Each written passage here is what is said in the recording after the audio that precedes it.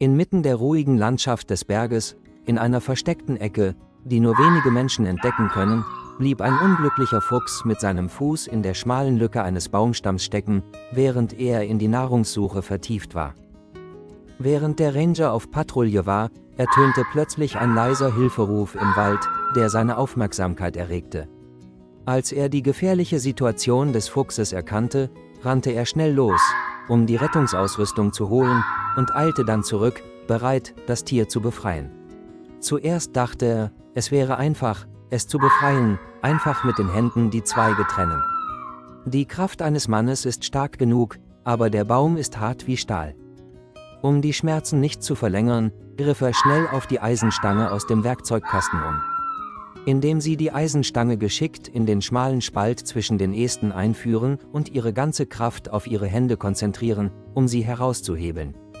Aber diese Anstrengung reichte nicht aus, der Ast war immer noch hartnäckig und weigerte sich, sich zu bewegen, was den Fuchs noch mehr in Panik versetzte. Unbeirrt versuchte er es noch einmal. Diesmal hängte er seinen ganzen Körper an die Eisenstange und versuchte mit all seinem Gewicht und seiner Kraft, den Ast herauszuhebeln. Auf seiner Stirn begann sich Schweiß zu bilden, sein Atem wurde schwerer, da er in jede Bewegung seine ganze Kraft stecken musste. Auch der Fuchs spürte die Blockade, er versuchte, sein Bein herauszuziehen, aber jedes Mal, wenn er sich wehrte, verschlimmerte es die Situation nur noch mehr. In dieser angespannten Situation hielt der Ranger einen Moment inne, um nachzudenken. Der Blick des Fuchses war auf ihn gerichtet, dieses Mal war er fügsam und begriff, dass er nur helfen wollte. Auch die Anspannung im Gesicht des Fuchses ließ nach, er hatte nicht mehr so viel Angst, weil er wusste, dass die Freiheit nahe war. Der Mann dachte schnell über einen anderen Weg nach. Anstatt zu versuchen, die Zweige zu trennen, würde er die Eisenstange als Hebel nutzen, um sie zu brechen.